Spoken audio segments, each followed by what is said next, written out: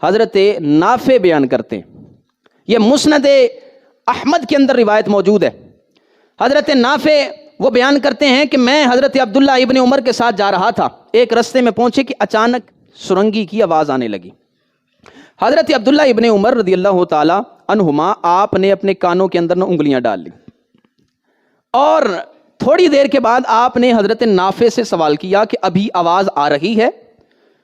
حضرت نافع کہتے ہیں کہ آواز اب بند ہو گئی۔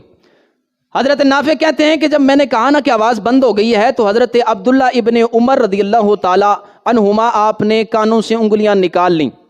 اور مجھے بیان کیا کہ میں ایک مرتبہ نبی علیہ الصلوۃ والسلام کے ساتھ جا رہا تھا، اچانک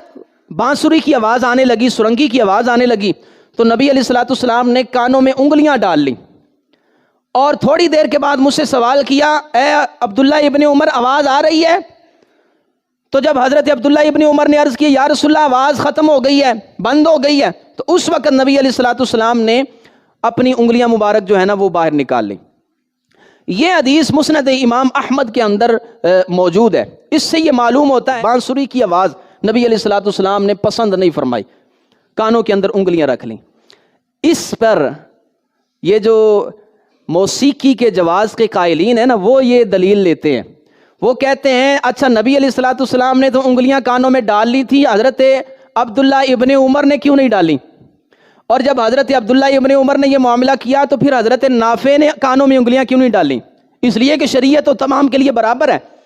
حضرت نافع نے انگلیاں کانوں میں کیوں نہیں ڈالیں اور حضرت عبداللہ ابن عمر جب نبی علیہ السلام کے ساتھ تھے اس وقت آپ نے انگلیاں کیوں نہیں ڈالیں؟ حضرت ملا علی قاری رحمۃ اللہ تعالی علیہ آپ نے بیان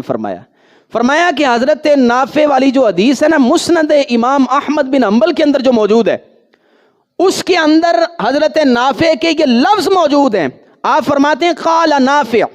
وکنت اذا ذاک صغیرا، حضرت نافع کہتے ہیں کہ میں اس موقع پر چھوٹا تھا، اس وقت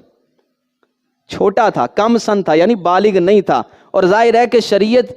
اس وقت لاگو ہوتی ہے جب بندہ بالغ ہو جائے،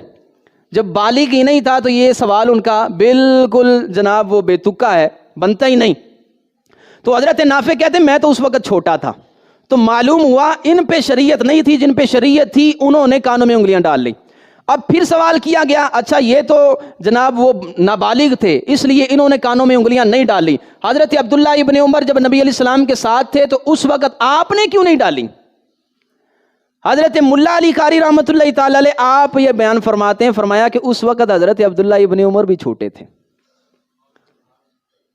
اس وجہ سے آپ نے انگلیاں نہیں ڈالیں۔ اور دوسری وجہ آپ یہ بیان کرتے ہیں، حضرت ملا علی قاری رحمۃ اللہ تعالی علیہ آپ فرماتے ہیں، فرمایا کہ یہ ممکن ہے کہ جب نبی علیہ الصلوۃ والسلام نے کانوں میں انگلیاں ڈالیں اس وقت حضرت عبداللہ ابن عمر نے بھی انگلیاں ڈال لی ہوں، اور جب نبی علیہ السلام نے سوال کیا عبداللہ ابن عمر بتا آواز آ رہی ہے، اس وقت نکال کے آپ نے آواز سنی ہو، ممکن ہے۔ یہ حضرت ملا علی قاری رحمۃ اللہ تعالی علیہ وہ بیان کرتے ہیں۔ تو اس سے جو جناب استدلال لیتے ہیں کہ جناب دیکھیں نبی علیہ الصلوۃ والسلام نے ان کو منع نہیں فرمایا، تو معنی یہ ہے کہ اگر کوئی بندہ سننا چاہے تو جائز ہے،